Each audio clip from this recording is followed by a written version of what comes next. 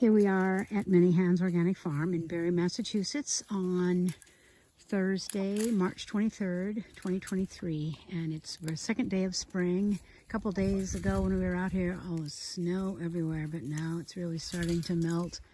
Got a little bit left on our fields over here, but pretty soon we're going to be hard at it on the farm. And today I wanted to talk to you about red raspberry pruning and also culture and management. So you can see that our chickens, who will soon be locked up into chicken tractors, are getting their last few days of really enjoying coming out here and working the area for us. Now, this area between these trellises, first of all, used to be another trellis. We had 5, and now we only have 3. They were too close to each other, and we just couldn't manage the berries, so we took them out. But we've been putting down lots of cardboard and lots of chips and lots of hay and all sorts of things as mulch here. You can see that everything we put down last year, heavy layer of cardboard, and then lots and lots of hay. It's all pretty much getting eaten up by first the microbes, and now the chickens are doing a lot of work here to clean up afterward and get any bugs that are tasty for them, and hopefully they'll be getting any pathogenic microbes or whatever that live in here. So these are Latham raspberries. It's Latham, and it's the kind of raspberries that my mom used to always grow back in Illinois, back in the 50s, 60s, 70s. And so I've kind of taken them on as a memorial to her, if nothing else. But they're really also very wonderful summer-bearing raspberries that will come in July. Here in late July, back home in Illinois, it was early July. And sometimes they'll go through August, but they're a summer bearer, and they're round as opposed to conical. So there are many different kinds of raspberries, and there are fall-bearing raspberries, which will give 2 crops, but that's a different story. And so we're going to talk about how to manage these summer-bearing raspberries today. One of the things that we have learned over the years is to really take care of the fertility. And one of those things is the heavy mulch, for one thing. Very beneficial to the soil, and if it's beneficial to the soil, it's beneficial to the raspberries also, because we are making it a really attractive place for lots of microbial life to come in and do their job. And the way that this works, it's a very wonderful symbiotic relationship where the plants and the microbes in the soil really work together. The microbes feed the roots of the plants, often through the mechanism of the mycorrhizal fungi, and they kind of work as a network to get the nutrients into the plant roots. And the plants are very specific about their needs, and the microbes are also very specific about their needs, and together they have a conversation every day about what is needed. And the plants will send down carbon or sugar, if you think of it this way, for the microbes to eat. And the microbes will send back the minerals that the plant needs to do well. So one of the best things for starters is to have them heavily mulched. We're going to have the soil covered all the time, so there's no erosion, wind or rain, and the soil microbes are always being fed, and therefore being able to proliferate. The other thing that we do some mineral fertilization every year. We do put a lot of basalt rock dust all around on our farm every 2 to 5 years, which really brings in a whole suite of micronutrients. And then we will use a little bit of bagged organic fertilizers. We like to use North Country Organics Pro Grow to give them a nice a nice treat at the beginning of the season.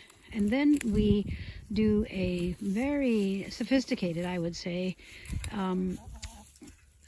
foliar program for the berries that will address their needs pre-season, when they're starting to bud, when they are putting on fruit, and then after the fact, when the season is over, when they need to start building their resources to go into a nice period in the winter to rest and then really build up for the future.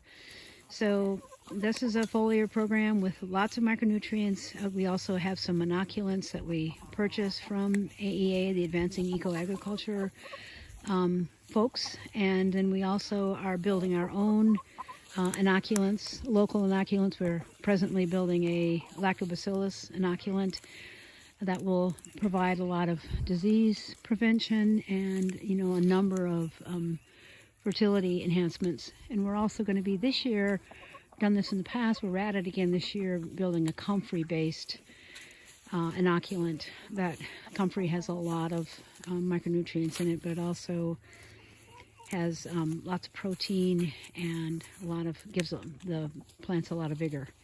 So that's our fertility program, once a week spray. And right now in the spring, we are pruning these berries to get all the old dead canes out and leave the new ones. So I'm going to turn it over to Claire to talk about what she's up to right now. So I've worked on this kind of clump here, and what we have left in here is all of this year's fruiting canes. So these canes grew last year, and then these will be the canes that produce fruit this year. You can see the bark is very reddish and smooth, and you can see the buds here that will open up into horizontal fruiting branches, not really branches, but you can see when you cut off last year's canes, they're dead and they break off very easily, and the bark is kind of gray peeling bark. These new canes still have very smooth reddish bark. So this just looks more like dead wood, and they break off very easily. It's all brown. There's no layer of green living wood. Let's look inside the let's look inside the end where you cut it. Show us the brown end. Yeah. Right. Oh. Yeah. Just right in here. This is all brown. If you had mistakenly taken out the wrong one, you'd see a nice green on the outside layer. Yeah. And you'd know that you cut the wrong one. And then these also have the dead horizontals that are part of last year's growth. And these buds will open up into horizontals in the spring, and that'll be this year's fruiting wood. And then, so we're leaving just the new canes, and I'm cutting these dead canes just back all the way to the ground. This one looks like it already broke off, but even where they're already broken off, I'm still just trimming them down to the ground. And this is a good time of year to do this, because into the early part of the winter, I think these old canes, last year's canes, will still send nutrients and sugars down to the crown of the plant. I guess raspberries are considered perennial, but the canes are biennial. Is that right, Julie? Because it has a perennial root. It does, but they send out the new growth once every year in the springtime. Yeah. So we'll also start to get the new shoots coming up in here as well. And as I'm going along, I'm tucking them back into the trellis wires. We're not going to do any tying to the trellis, but we have, like, this is a two foot wide trellis and 2 wires. I guess this is probably 4 feet high, our highest wire. And so as we go along, I'm just tucking them back in, and they're pretty flexible. So even if there's a cane outside of this lower wire, I'll just very slowly, gently bend it to put it back under both wires.